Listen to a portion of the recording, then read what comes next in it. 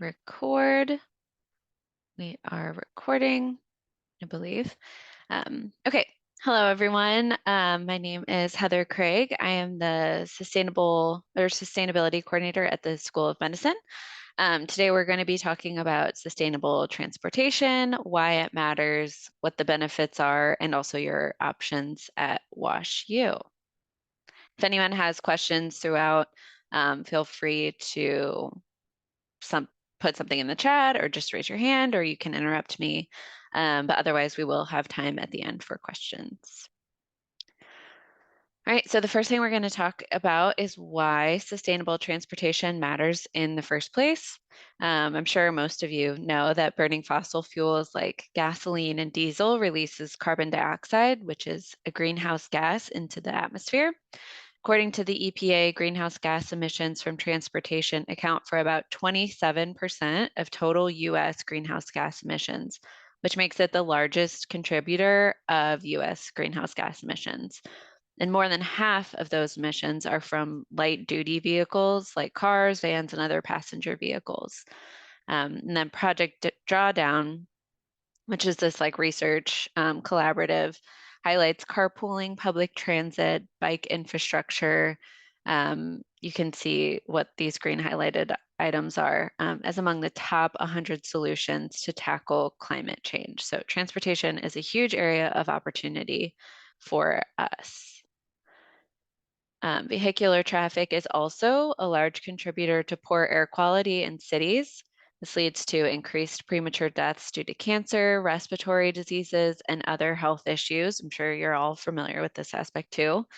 Researchers at the Harvard T.H. Chan School of Public Health released a nationwide study in April 2021, finding that COVID-19 patients who lived in places with historically high levels of fine particulate matter pollution were more likely to succumb to the virus than patients who lived in communities with cleaner air.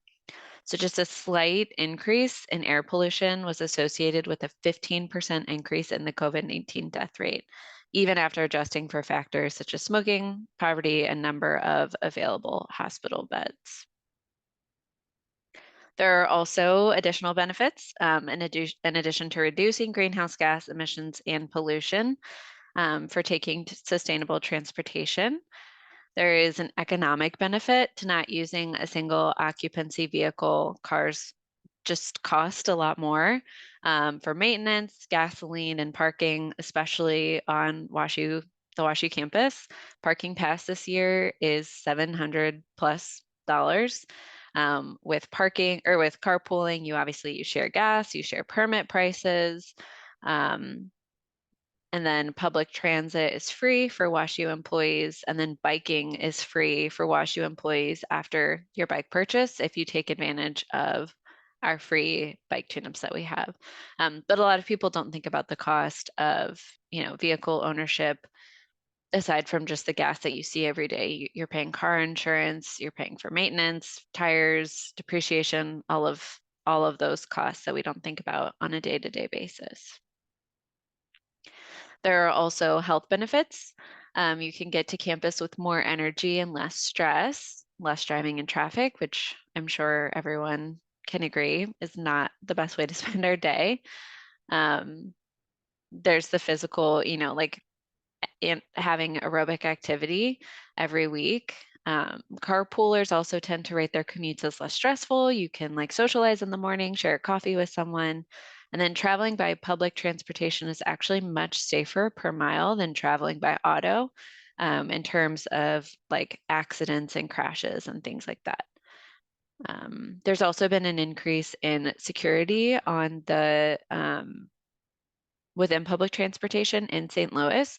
So any crime rates have also gone down in recent years, in addition to the safety, just as far as accidents. And as we go through some of the sustainable transportation options, I want to encourage you all to find the mix that works for you. You don't have to just like find one thing and stick with it. You can mix and match whatever works best for you. Even if you change your commute one day a week, that's a huge change and should be celebrated as such. So our sustainable transportation options at WashU and then also broadly within St. Louis, we obviously have our public transit. Um, the metro, again, I'm sure you are all familiar that we have a free U-Pass for full-time students, staff, and faculty. We do need to request a new one each year. But there are many bus stops across St. Louis. We have our station on the med school campus. As you can see with the star right here, this is where we're located, and you can see all of the different lines um, that can take you to a variety of places. You can get to the airport, you can go downtown to the stadium or Union Station, you can get to Brentwood, Clayton, and then you can also get across campus to Danforth, the North Campus, or the West Campus as well. Oops.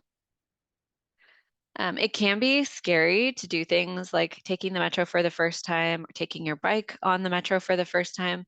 But once you learn how to do it, it can feel a little less scary and just like become, um, second nature. So you are allowed to bring your bike on the bus or the train.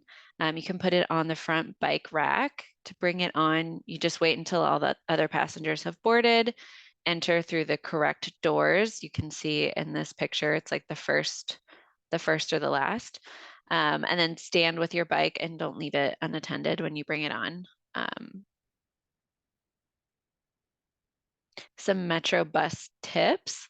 You can use the transit app. We're going to talk a little bit more about that in a second, but that can help you find your best route and the exact location of the bus stop.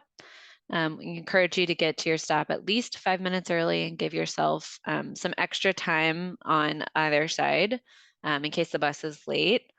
Um, as the bus approaches, you want to signal to the driver that you want to board. Make sure that the sign above the windshield or by the door shows both your route number and your destination. And then if you're taking the bus, you swipe your U-Pass through the card reader when you're getting on the bus and you'll show your WashU ID. For the MetroLink, you don't have to show anything, which is really nice.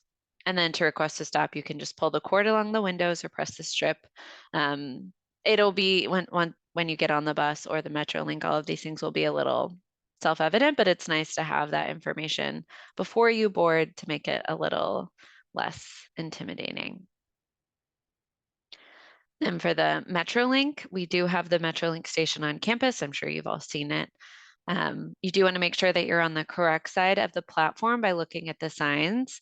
They have maps at the MetroLink station, and we also on the med school campus have an information booth, and the person that's sitting there can help you figure out if you're confused or lost. Check the line and the direction on the train's front and sides. And then again, all of this will be evident when you're actually on the MetroLink. Operators announce each upcoming station. There are maps on each train car. And then it's actually safer to use the metro in bad weather if there's like ice or snow. So if you want to start planning your trip on the metro, you can use the transit app. You can also use Google Maps for this as well.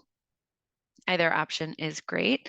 And you'll get step-by-step navigation. It'll let you know when you need to leave, like taking in your walk times, when to change lines, when to get off.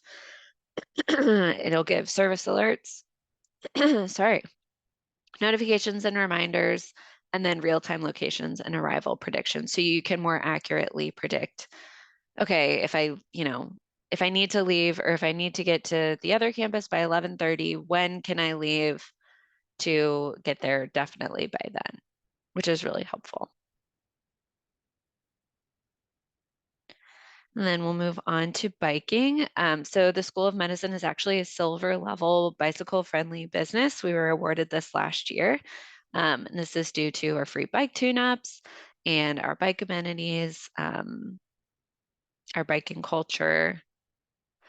We have a pedestrian and vehicular safety and education program. Part of biking is biking safely and also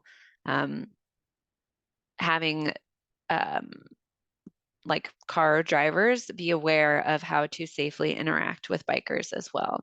And the goal of this program, this is through the OFMD, which is the department that I'm housed in, is to focus on the whole person, whether that's drivers, pedestrians, or cyclists. Sensitize drivers to the fact that pedestrians and bicyclists are legitimate road users and they should always be expected. To educate pedestrians and cyclists about minimizing risks to their safety, and then develop program materials to explain and enhance the operation of crosswalks and signals. Um, so this is a program that if you're interested in like learning how to bike, you can engage with this program to learn more about how to bike safely and smartly, or to be a careful driver as well. For what motorists should know about interacting with bicyclists is to be patient. Cyclists are not trying to slow you down. They're also going somewhere and want to get there safely. Minimize your distractions while you're driving. I know it's tempting to text and drive or to, change your podcast or make a phone call, but the less distracted, the better and the safer, obviously. Don't squeeze the cyclists. Wait until you have room to pass and give them at least 3 feet of clearance. It only adds, 30 seconds to a minute to get to a safe space to do that. Bicyclists also pay taxes and have a right to the road. And remember that they're taking up one less parking space and one less place in line at the gas station. And then the last one is to watch out not to like hit cyclists with your door when exiting your car. It is important to educate drivers as well as cyclists and pedestrians to create a safe environment for everyone. Um, so like I said, we do have amenities and infrastructure for biking and walking on campus, but specifically for biking, we have free bike tune-ups for WashU employees and students, generally about 4 a year or so. And this one we partnered with Protective Services, and they were giving out free U-locks for bike theft, anti-theft measures. And then we also have bike fix-it stations on campus. We have campus shower facilities, ample bike parking. We have covered bike parking, locked bike parking. And all of this can be found on this bike amenities map that a student intern actually created for us, which is great. And I will send out these slides, so anything that is linked, you can access through this, but it's also on the OFMD website. And then we have bicycle repair, quick guides, and then also sometimes host classes with Vanimal, who's a local bike mechanic. Oops. We do also offer an after-hours neighborhood shuttle program. This is through Protective Services. Serves the School of Medicine every Monday through Friday, evening or night, except for holidays observed by the university. This is just for School of Medicine students, employees, postdocs, and BJH residents. You do have to show a valid ID to get on. So this isn't just for like patients want to be able to access this or anything like this. It's only for WashU affiliated employees and students. And then it runs every hour beginning at 5 p.m. till midnight. And it serves these neighborhoods in this map. And so this is if you walk to campus in the morning, but you don't feel safe walking home at night or biking home at night, again, for safety concerns, you can take the shuttle. And I believe that they allow bikes as well on the shuttle. We also have guaranteed ride home programs for um, people who walk or bike. And then there's a separate guaranteed ride home program for people who participate in the carpool program. So regardless of how you get to campus, if something changes in your commute, you are guaranteed a ride home. It's just the particulars that are a little bit different. So if you walk or bike, you can do the guaranteed ride home program through Citizens for Modern Transit. And in the case of an emergency, this program reimburses the commuter for 80% of the cost of the ride home up to $60. You can register for this online or you can contact the Citizens for Modern Transit to figure out exactly what that looks like for you. And then again, all of these links will be sent out to you. We don't expect you to memorize this. And then another option for a sustainable commute is a ride share. This can be a carpool or a van pool, but in order to find a carpool for yourself, I encourage you to use our Wash U Rides commuter platform. So this is a Wash U sponsored like interactive, I don't know what not software, but like website, I guess is the right word. And you can post to the ride board to find carpools. You can also find a bike pool if you want to try biking and you want to bike with a group of people to feel a little bit safer. And you can connect with other users with similar schedules along your route. So you may not find a match at first, but the more people that use Washi Rides, the more options that you will have. And you already have access to Washi Rides through your WUSM key. You can just log in and activate your account. And it helps you it's an interactive map that lets you view transportation related items like commuter parking lots, bike lanes, transit stops. It also kind of serves as like a transit app like we talked about earlier, where you can um, plan out your commute. It helps you figure out like, okay, if I'm going from here to here, what's my best bus route, that sort of thing. You can also log your trips to track how much money and CO2 you've saved, how many calories you've burned if you're biking or walking, and how many non-single occupancy vehicle miles you've traveled. We also run commuter challenges through Wash U Rides. The next one is in April. So it's also a way to win prizes, which is great. And then you can, if you register as a carpool or a van pool, there are also extra incentives on campus. You get preferred parking in the Clayton Garage and on select surface lots.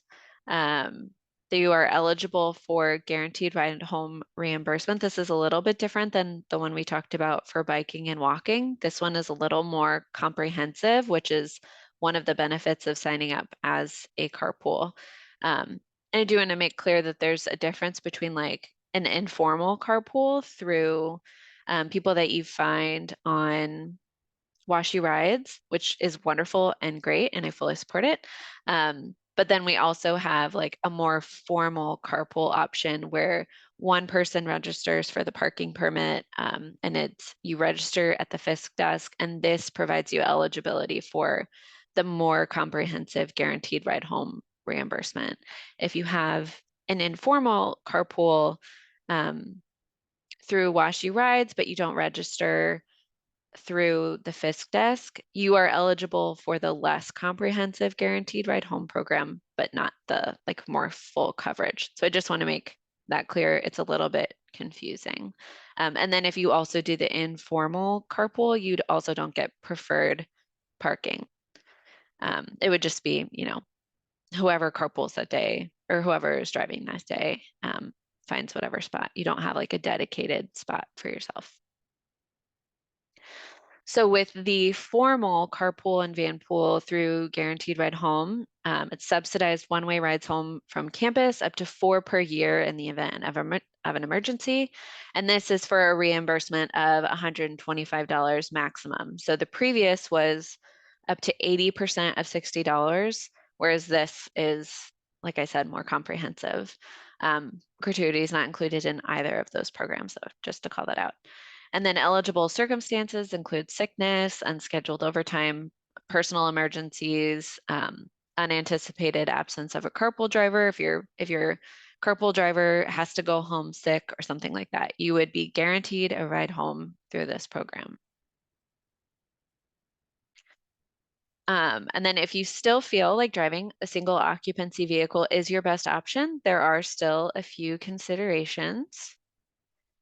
We have obviously electric vehicles are gaining popularity. Transportation, like I said, accounts for over 3/4 of the total US petroleum consumption. EVs have better fuel efficiency, lower fuel costs, and they also have they require a lot less maintenance. They obviously have significantly lower emissions than internal combustion engines, which is like the traditional car that you would think of. I will say that there has been, if you're worried about environmental impact as a whole and not just emissions, electric vehicles only really make environmental sense if you drive them over 3,600 miles. But that's pretty low. So if it's like a standard, you're using it as you would a typical car, you're driving to work every day, it would be a better option. But if you're only planning on driving it less than 3,600 miles, which seems super low, then it would make more environmental sense to stick with a traditional fuel-powered vehicle. We do have we do have EV parking on campus. There are options in the Clayton garage. The those spots are more expensive than a traditional, like, generic parking spot. Um, but there are also my supervisor drives a like hybrid EV gas vehicle, so you can plug it in and charge up to 30 miles, and then it switches to gas. So she'll charge at home for her 30 miles. She can get to campus and back without having to charge, and then she can charge again when she gets home. But she has, if she ended up having to run an errand or something that day, her car would automatically switch to gas after that 30 miles. But she wouldn't be worried about, being stranded somewhere if she's not able to charge on campus. So even if you don't have a fully electric powered vehicle, there are still options to reduce emissions where you wouldn't have to pay that extra premium for an EV parking spot. I know that can be a little bit confusing, so if that doesn't make sense, feel free to interrupt and ask questions. And then again, if you are driving an internal combustion engine, that is the best option for you at this time. There are ways to increase your energy efficiency while driving. So we encourage people not to idle, to measure their tire pressure every month, because if your tires are underinflated, it increases fuel consumption and also reduces the life of your tires. Don't carry unnecessary weight. The less it weighs, the less fuel you'll use. Use air conditioning and heating conservatively, and it can increase fuel consumption as much as 20%. You can track your fuel consumption just so you can keep an eye on how much you're using. And you don't know what you don't know. And if you see those numbers in front of your eyes, I think it helps us track those things a little bit better. Accelerate gently, avoid high speeds, maintain a steady speed. If you have cruise control, that's great. Um, and then combining trips and errands and planning around rush hour traffic, which I'm sure you know most of this information, but just to drive those things home.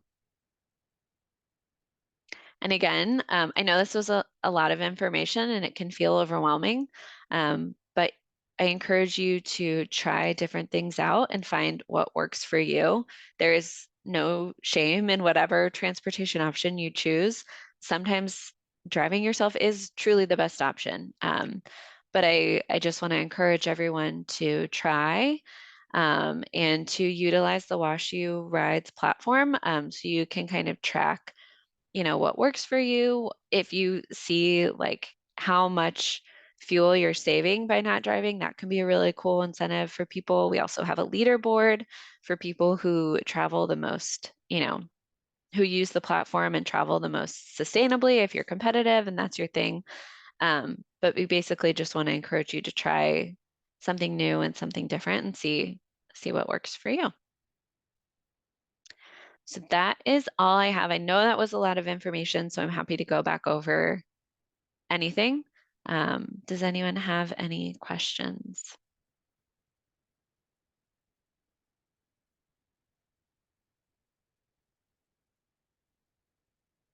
or concerns?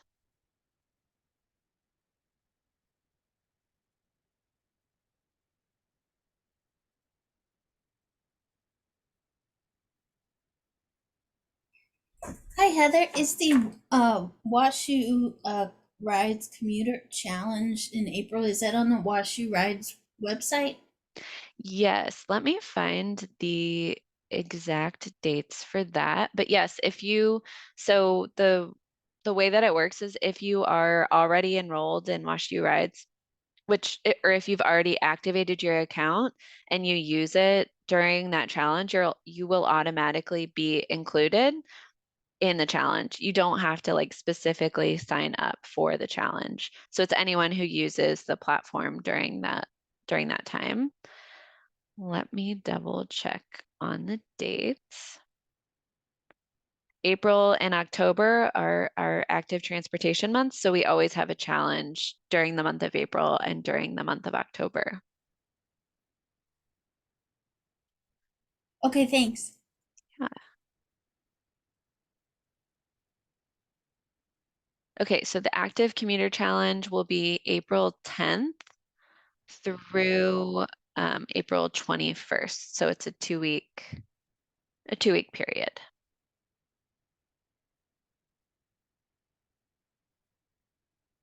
Thanks. Of course. Does anyone else have any questions?